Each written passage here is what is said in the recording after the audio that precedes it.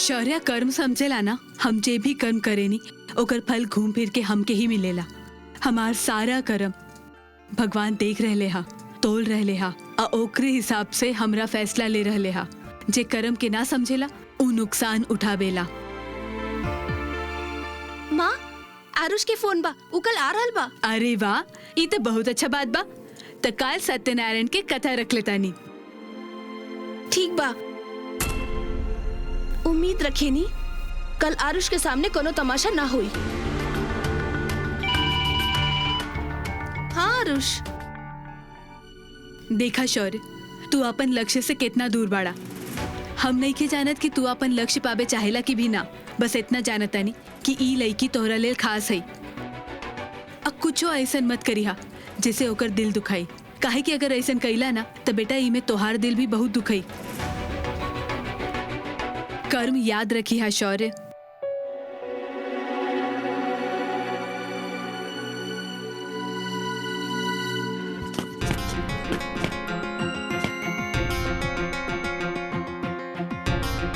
कोच सर, आप आज गलती ना बता रहल बानी, कमौन भी ना बोल रहल बानी, का बात बा? आज ऐसा लग रहल बा जैसे आप कोचिंग ना देले बानी हमरा के।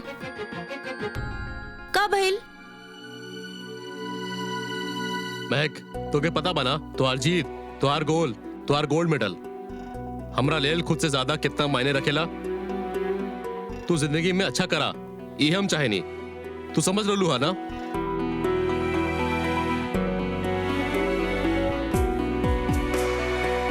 अरे कुछ कहाँ? तू प्रैक्टिस करा, मावत नहीं।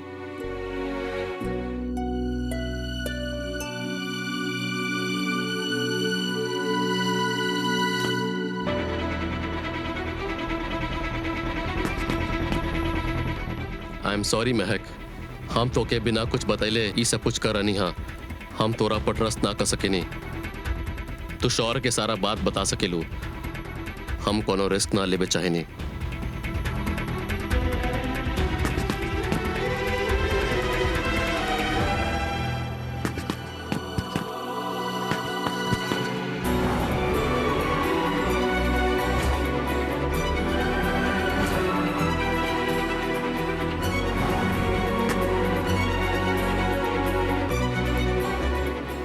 ना ना ना ना, क्यों ना बा वहाँ पे?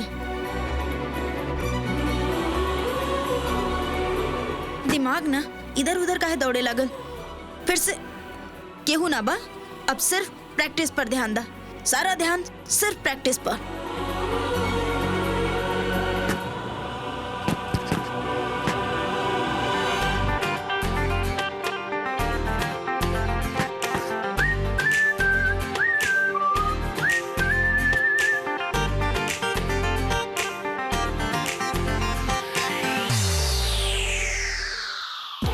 महक, फिर तू सपना देखे लगलू। सारा ध्यान प्रैक्टिस पे लगावा, केहू ना बा, सिर्फ तू बाड़ू और पंचिंग बैग बा।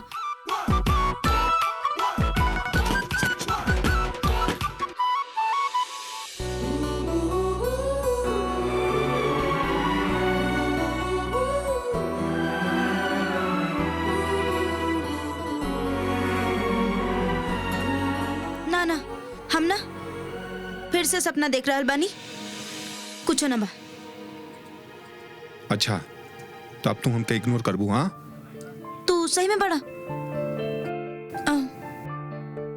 हमार थैंक्स।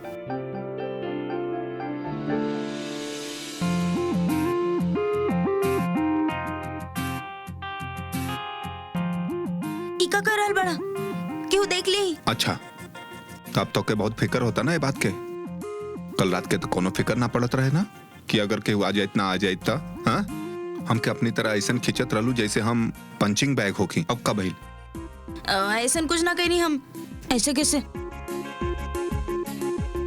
अच्छा सुना ना, अबे यहाँ पे केहू नहीं के तो हम सोचत रहनी कि हम तो ऐसे पूछ ली कि चाही का चाहिए? कौन बारे में बोल रहा?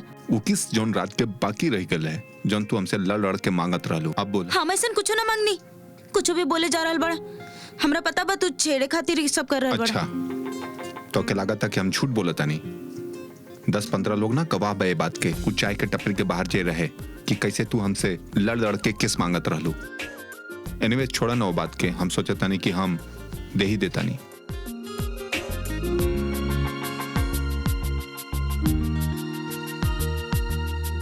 पता नहीं प्रिंसिपल मैडम का बयान कब से इंतजार कर रहा हाँ। बॉक्सिंग रिंग के दुश्मनी ना बाहर कली, लेकिन बाहर के लड़ाई के ना कुछ अपन रूल्स होला, कुछ अपन कायदा होला। एगो लड़की के कॉम्प्रोमाइजिंग पिक्चर के क्लिक करवा के सब जगह ओकर बंटवा के ओकर इज्जत बर्बाद करे वाला रहनी ना।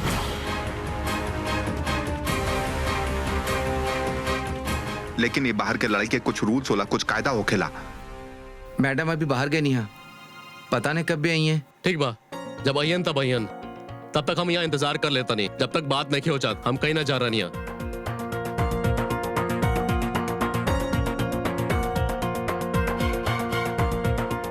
एक बार ये वीडियो प्रिंसिपल मैडम आ स्पोर्ट्स कमेटी के दिखा दे, ओकर बाद शौर्य आ ओकर बाप जुगराज अहलावत मुंह चुपावत फिरिए। काबिलियत से ना जीतले ता धोखाधड़ी से जीते चाहे ले। सर पानी।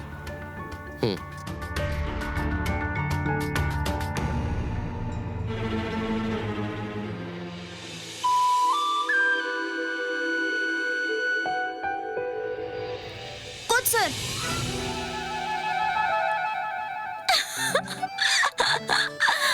ओ बहादुर लाल, डर गएला?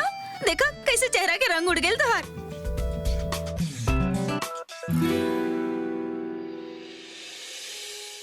सर मैडम आ गई नहीं है, वो पार्किंग में केहू से बात करता नहीं, वो उहे से चल जाइए। अगर आपके जरूरी काम बात तो आप उहे जाके बात कर ली। बहुत मेहरबानी भैया।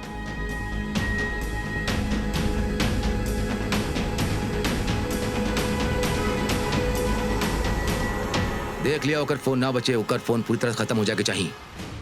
हमरा खिलाफ कोनो सबूत ना बचे के चाहिए, समझला?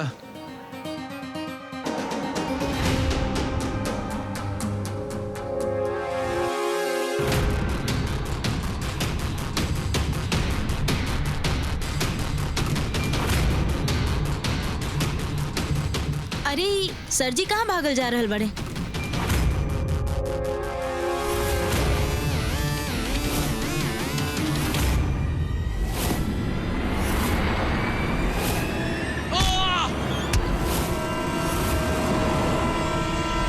सर जी!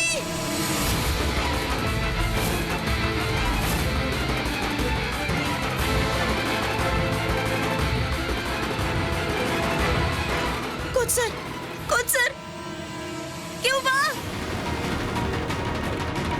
क्यों बा? बचावा, हेल्प करा। क्यों डॉक्टर के बुलावा ना। ए सुना ना, का भाई? वो जो लड़की बॉक्सर बाड़ी ना, ओकर कोच के एक्सीडेंट हो गई बा। भगवान का दिन मदद कर दो प्लीज। कोच सर आँख खोली, आँख खोली। कोच सर, कोच सर।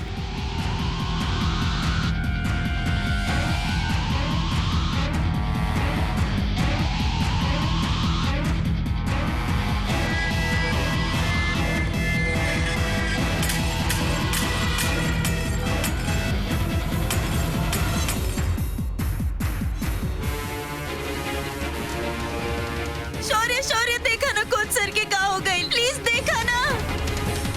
को साहब, महक ट्रस्ट मी, सब ठीक हो जाए। हाँ, हम इनके कुछ ना होखे दे। महक प्लीज प्लीज सुना ना, देखा इनके हॉस्पिटल लेके चल जाए। हाँ।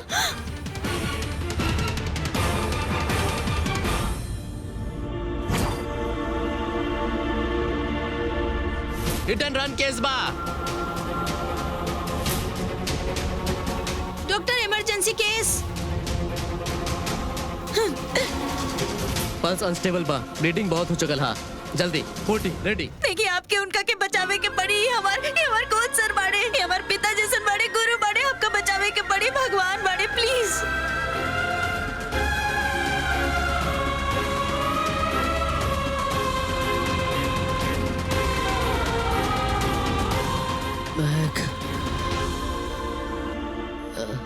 कोच सर आप ठीक तो बाड़े ना? कुछ ना हुई, हम कुछ ना होके देब आपके।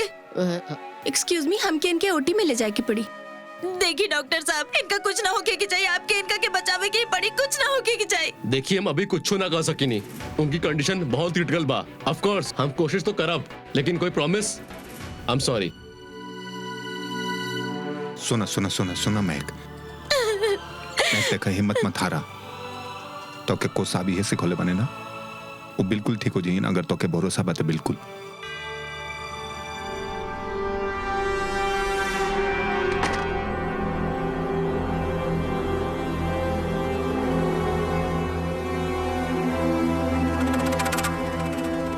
अरे अब का भइल? दरवाजा बंद करा। ना ना, दरवाजा तो बंद दबा। बता रनिया, तनी तनी सांस लेवे दा। तो हाँ, लेका की किस्मत अच्छा रहे कि जो आज बच गई। बैठा।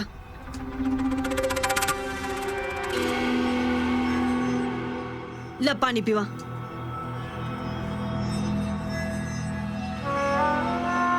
ई दिल की धड़कन मत ना बढ़ावा। ई बतावा कि भइल कहा? जो अर्दली अगर नजर न रखी होत ना कुछ पर, तो आज सारा के सारा भांडा फूट जात। ओकर मुखबरी से काम मजबूत हो गई।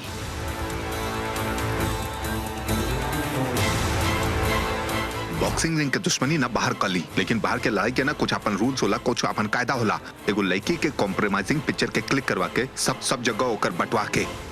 जुगराज साहब, आपके खातिर एगो खबर बा। आज ये करके ऐनी हाँ, अगर ही ना कैले रहती तो आज तो हर पोता के बॉक्सिंग करियर और हमार सपना सब के सब खत्म हो जात। ऐसा कुछ ना होत। तो हार सपना हमार पोता के जीत ऊपर वाला पहले ही लिख देले बड़े। ई दोनों के बीच में जे कोई भी आई ना, आपन फल पाई। देखल जाई ता एक तीर से दो शिकार हो गइल बा। वो कैसे? एक तो ऊ कोच कोनो मुसीबत पैदा ना कर पाई, और दोसर हमार दुश्मन ऊ लड़की एकदम टूट जाई। अब फिर ओके हरावे के जरूरत ना पड़ी, आप हथियार डाल दी। बात तो आपके सही बा, बस वो कोच एक बार मर जाए, बचे के ना चाहिए। ऊ महक प्लीज देखो, खुद के सजा मत दा। इट वॉज एन एक्सीडेंट यार। पीला कॉफी पीला। ना शौर्य, हमरा के कुछ न चाहिए। अकेला छोड़ दो हमरा के, सिर्फ रोवे के बाद हमरा के। जब तक कुछ सर ठीक ना हो जाले ना, तब तक सिर्फ रोए। महक,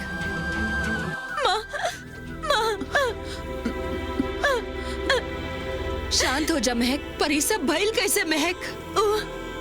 सब कुछ एकदम से हो गई। एक पल तो हमरा सामने ही रहे, अगला ही पल एकदम से वो गाड़ी ठोक के चल गई।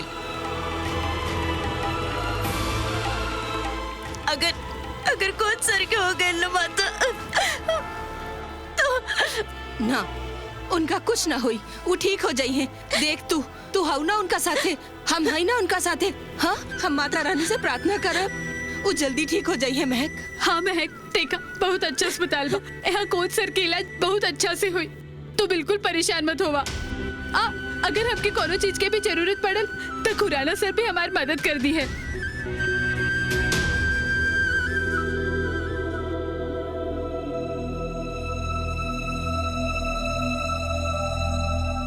महक, शौर्या, कम हियर। आपने स्टेटमेंट दा पुलिस के। मैडम आप वहाँ पर रानी का?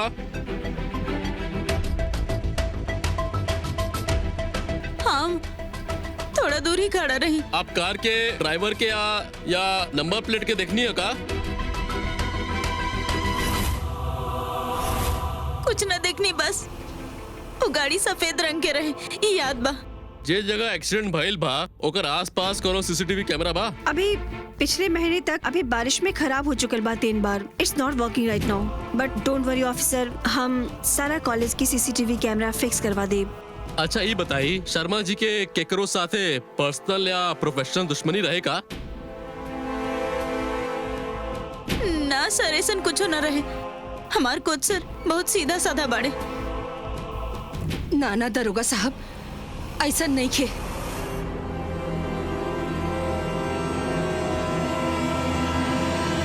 कुछ दिन से कुछ लोग से उनकर बनत ना रहे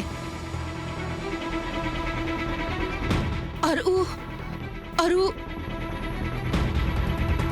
छोटा मोटा तू मैं तो होते रहेला हर केहू के बीच। का कनो बात जे आप हमके बतावे चाहे नहीं? माँ एमे शौर्य के कोनो गलती नहीं खे, ओकरा के बीच में मत लावा और तू नया बवाल मत खड़ा कर। हमार सच बोले के तो के बवाल लगाता।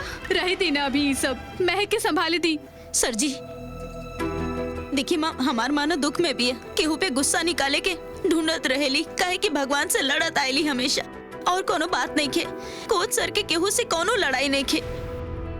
हम इन्वेस्टिगेशन करब, लेकिन गोइंग बाय स्टेटमेंट हम एकरा hit and run case consider करनिया। आप सब लोग जे भी यहाँ मौजूद हैं, आप सबके पुलिस की हेल्प करे पड़ी इन्वेस्टिगेशन में। महक, आज शर्मा जी हमरा से मिले के लिए बहुत देर वेट करत रहले। Do you have any idea वो हमरा से काहे मिले के चाहत रहले? सर जी आप ठीक त बानी ना? का भाई वही बा कि हम एक तरकीब सोचत बानी, तो ट्रेनिंग एक बार में 3 गुना मजबूत करे खातिर। ना ऐसा तो कुछ होना रहे जे हमरा में से केहू के बतैले। सर हमरा के बेचैन तो लागत रहे, गलती हो गई, हमरा के पता करे चाहत रहे। हम देखत तनी केस इन्फॉर्म करब आपके। Take care of yourself. I hope he will get well सून।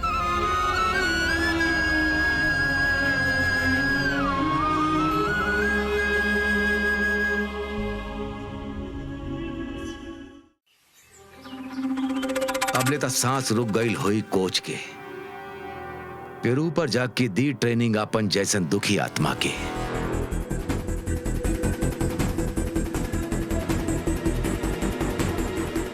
जी सुनी,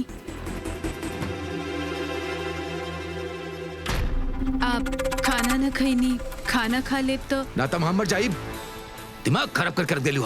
अगर तू ना रहे तो जिंदगी में तुम्हारी जिंदगी न रखना बना। चला जा।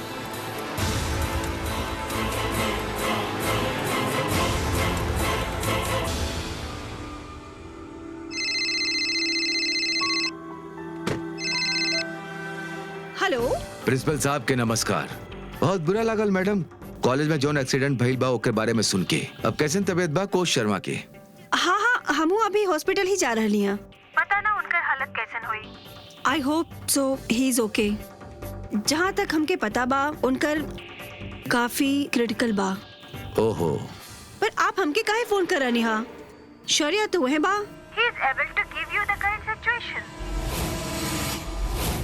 Hello mister Ahlawat. हाँ सुन रहे ने मैडम, सुन रही है ना। ओकर फोन ना लगत रहे ना, तो एक खातिर हम सोचनी कि आपसे फोन करके पूछ ली। नो प्रॉब्लम, हम वहाँ पहुँचे थी, आपके कॉल करब। ओके ओके, थैंक यू।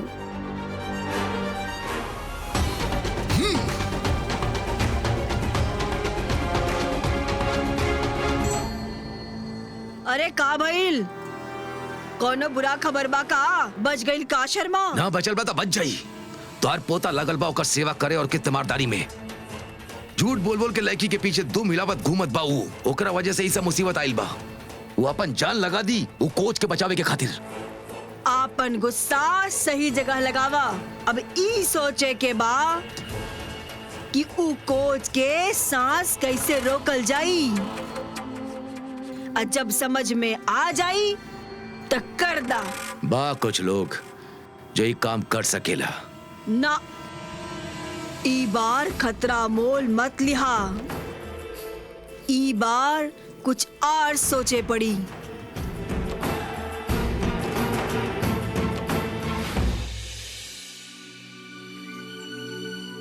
तू दोनों तो हमके अनपढ़ और मूर्ख समझ ले बाड़ू ना, जे केवल घर और रसोई संभाल सकेली। दुनियादारी के ता हमके कोनो ज्ञान ही नहीं के। ऐसे मानत रहलू ना तू हमार बारे में?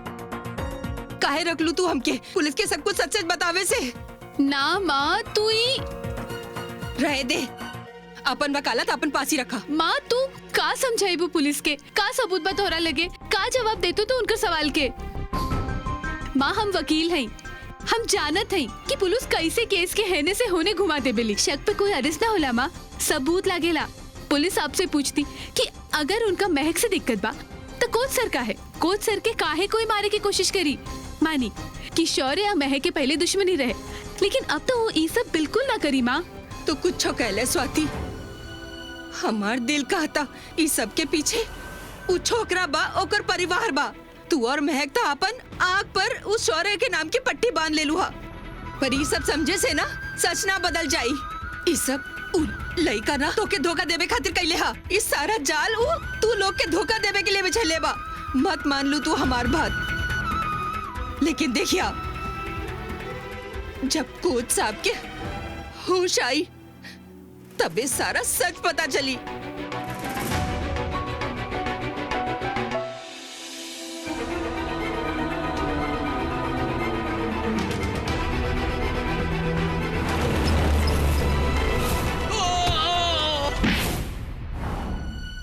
महक प्लीज यार, डोंट यार, बार बार यह सोच के खुद का काहे सजा देता रू।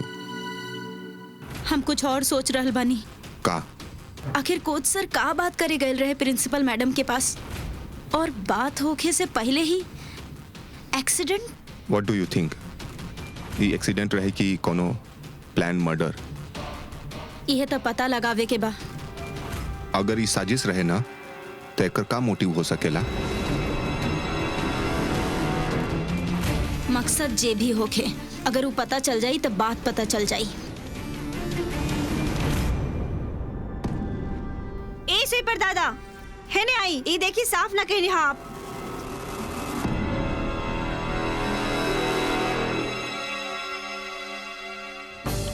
एक्सक्यूज मी डॉक्टर साहब, कोच सर कैसन बाड़े? अभी भी क्रिटिकल बा, लेकिन इम्प्रूवमेंट देखत था। फिलहाल ता 24 घंटे और रही है निगरानी में, ओकर बाद देखब।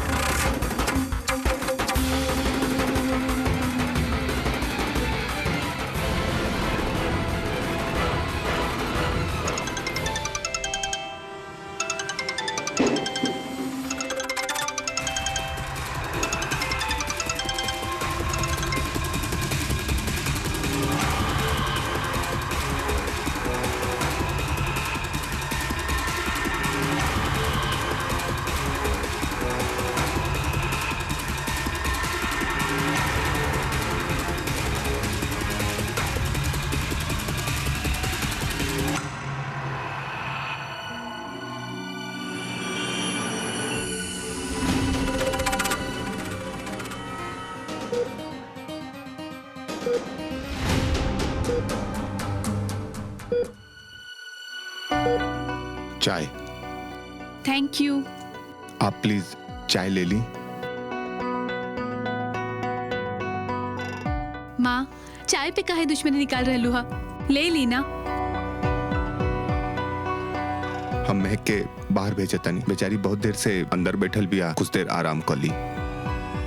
Thank you.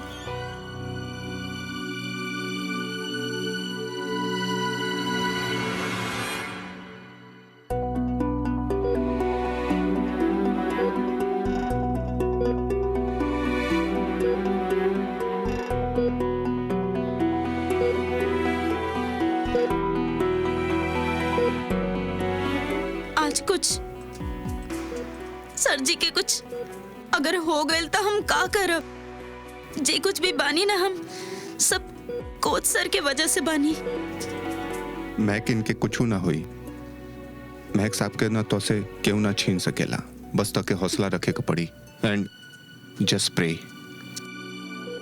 अब चल हमारे साथ चला, चलो चाय पिए के।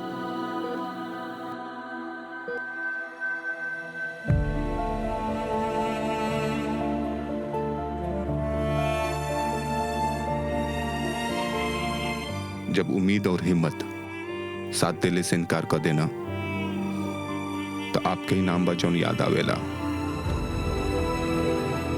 हमने का तो सिर्फ दुआ कर सकेंगे, लेकिन बचावल तो आपके काम है।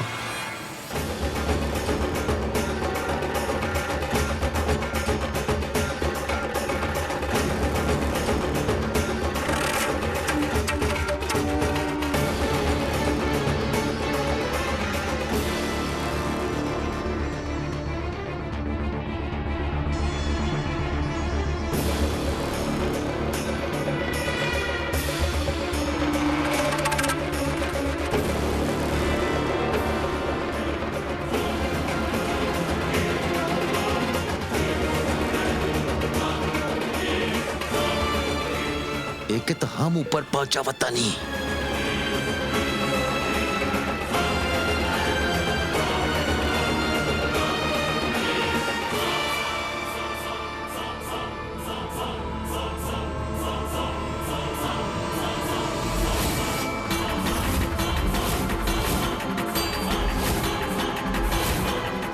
कोच सर, का भइल महक? महक का भइल बा? कोच सर, महक रुका। स्वाति उठा, चल चल के देखा। कोच सर, ये सब हाँ, ये कब है? महक ये सब कब है? ये सब कैसे? शौर्य,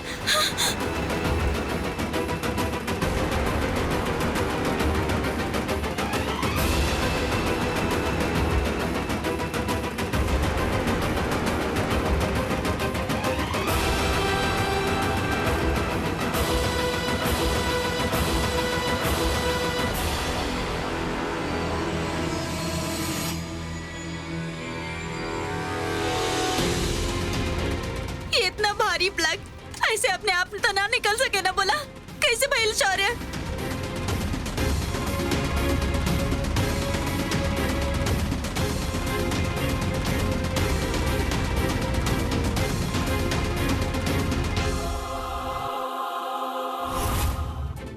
ए, ए सुना, हम कदा नहीं रुका।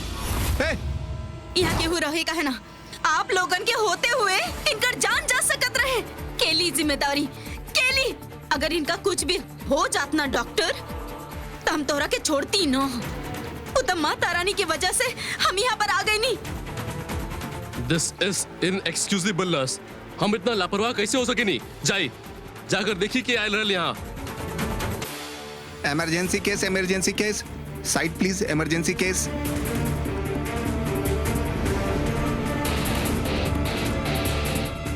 स्वीपर कहाँ चल गई यार?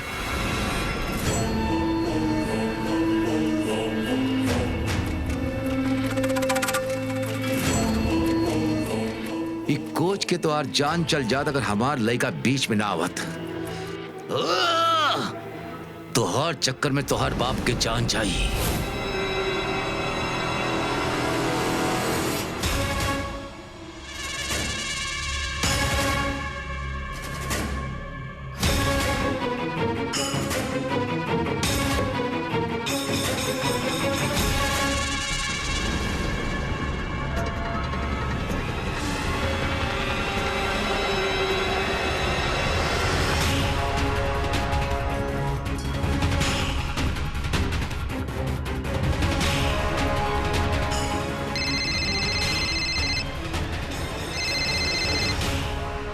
हाँ महक, हाँ हाँ बस अभी आवता नहीं हम। रुका रुका।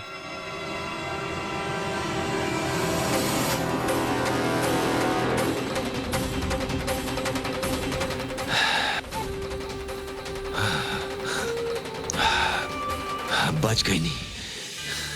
अच्छा भाई, आप लोग आई टाइम पर आ गए। नहीं इनकर जान भी जा सकत रहे। एक बार मौत के मुंह से निकल के फिर उसे मौत के मुंह में चल गए रहे। जरूर ई आप लोग के दुआ के ही असर बा कि ई जिंदा है। माता रानी बस यूं ही अपन कृपा बनाए रखी। हा सर आईसीयू में शिफ्ट करके भी इनके जान के खतरा कौन सा टल गइल बा? अगर के वो यहाँ आके इन पे अटैक कर सकेला ना, तो अब हूँ इनके जान के खतरा बा। हमने के इन्वेस्टिगेट करे के चाहिए के रहे ड्यूटी पे और सिक्योरिटी के क्लियरेंस दे ले बा। हम आपके बात समझ रहा नहीं। हम अभी जाके हेड ऑफ सिक्योरिटी से बात करत नहीं। जी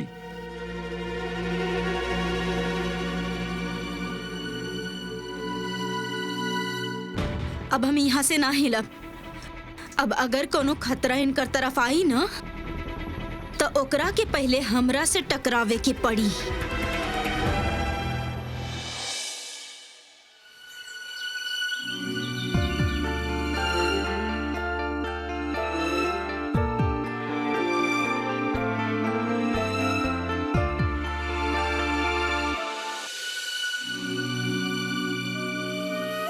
शौर्य बेटा कहाँ बाड़ा तू? तो के पता तो बानू आई सत्यनारायण की पूजा बा घर में। आई आरुष भी आवे वाला बा बेटा। हम जानत आनी कि तोहार हॉस्पिटल में रहे के जरूरी बा, पर घर के काम भी तो ना छोड़ल जा सकेला ना। देख बेटा, स्मृति की बहुत अच्छा लगी अगर तू आई बा। तनी टाइम निकल के प्लीज चला आवा। अच्छा माँ सुना, हम कुछ वक्त निकाल के थोड़े देर खातिर आवता नहीं। पंडित जी हम बाकी सामान के तैयारी करतानी। माँ, अगर भाई अपन खुशी और मर्जी से यहाँ ना आए के चाहेला तो फिर ओके बुलाए के फायदा भी का बा? ओकरा कोनो एक्साइटमेंट ही नहीं के आरुष से मिले के, और ना ही ओके कोनो इंटरेस्ट बा हमार जिंदगी में जे के आपके ओकरा रिमाइंड कराए के पड़ल। स्मृति बेटा, हर बात के गलत मतलब निकाले के बंद कर दा। तो के पता बा कि वो फंस गईल हा, तबो वो यहाँ आवता। लोग के ना मौका देवे किसी का, और हर बात पे ना अपन खून चरावे के बंद करा तू। माँ देखी, आज आरुष यहाँ आ रहल हा। हम सिर्फ इतना चाहेनी कि हमार फैमिली ओकरा सामने नॉर्मल बिहेव करी, और का हम इतना उम्मीद ना कर सकेनी कि आज सिर्फ शौर्य के बारे में बात ना हुई और लोग के जज्बात की भी कदर कल जाए यहाँ पर।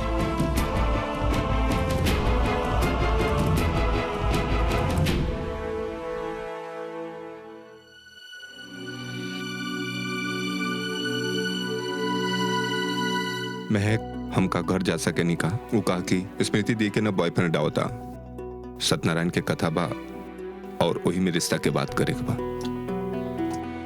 हाँ हाँ बिल्कुल जाने के चाहिए। बहन के रिश्ता की बात बा तो भाई के होखल तो जरूरी बा ना। तो के अकेले छोड़ के जाए के मन नहीं खे। माँ बिया, दीदी बिया, माता रानी बानी, अकेला कहाँ बानी? और तू यहाँ ना हो के बिना इहे होई बा। अब जा। बाय।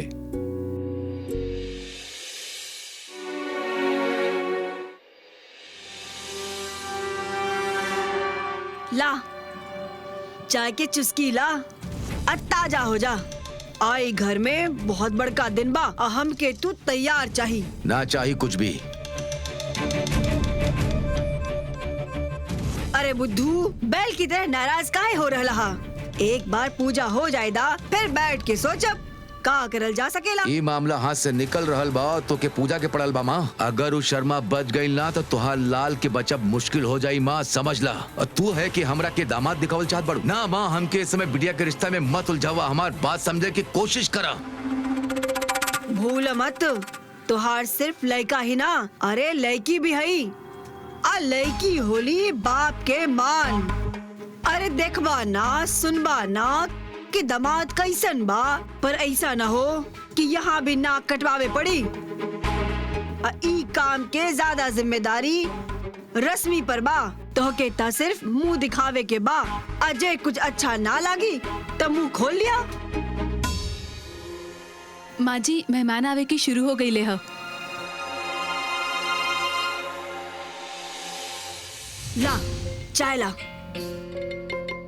अरे ला, समाज में चेहरा ऊपर उठा के रखना भी बहुत बड़का बात बा। मुंह लटका के मत रहिया।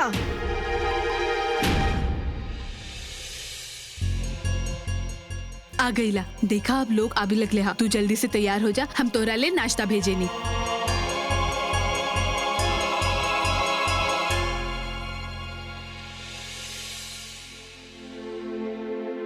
माँ, आरुष आ गई। हाँ चला। अरे सुना, वो आरुष आ गई हा, ओकर स्वागत करे के बा। चला। आ सुना, मुंह फुला के मत रहिया, ना तो हमरा से बुरा कोई ना होई। चला।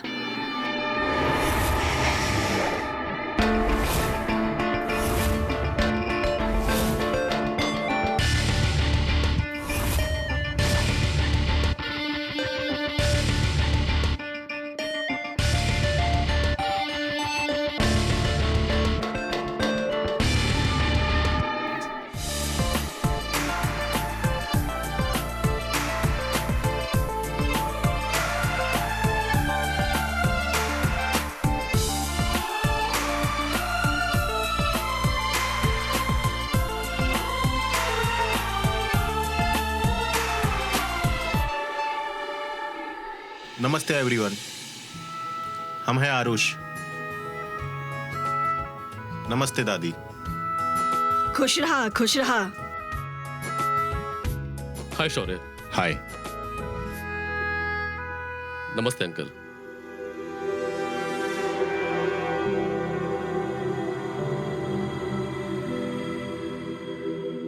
हम जाना था नहीं कि आप हमारा स्मृति के रिश्ते के फेवर में ना रहनी, लेकिन हम वो पीछे ना हटी। काहे कि हम सिर्फ स्मृति से प्यार न करे नहीं, आपके भी बहुत बड़का फैन है। बॉक्सिंग में बहुत इंटरेस्ट बा हमके, बहुत स्कोप बा ई में। अंकल हम चाहे तनी कि आप हमार कंपनी के स्पॉन्सर ले भा शौर्य के लेल।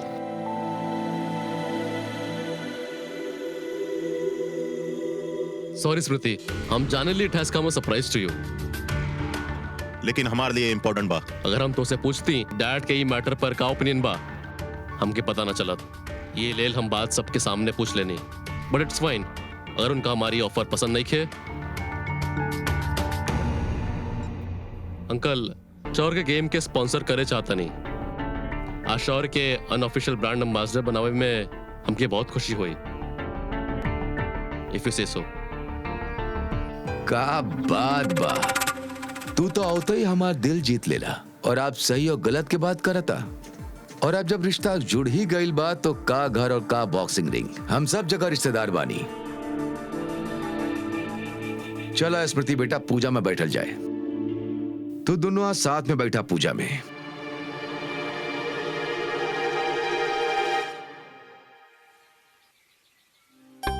तू दोनों घर जा। अब कोच सर बिल्कुल ठीक बानी। घर में वैसे भी बहुत सारा काम पड़ल बा और करे वाला हम तीने लोग बानी। तो घर जा और तू दीदी दफ्तर जा, अपन काम कर, हम यहाँ देख ले।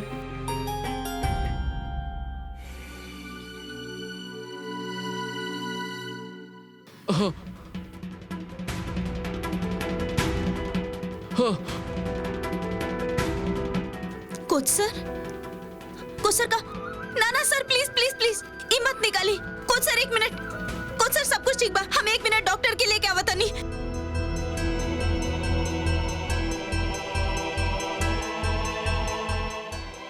कोच सर आप अभी बिल्कुल ठीक बानी और आप खतरा से बाहर बानी। कोच सर आप ठीक बानी ना? कुछ कहे चाहता का कहे चाहता नहीं कोच सर? एक्सीडेंट गाड़ी से। हाँ कोच सर, आपके एक्सीडेंट भइल रहे गाड़ी से। कोच सर आप हमरा के ई बतावे चाहता नहीं कि गाड़ी के ड्राइवर के रहे? शुभराज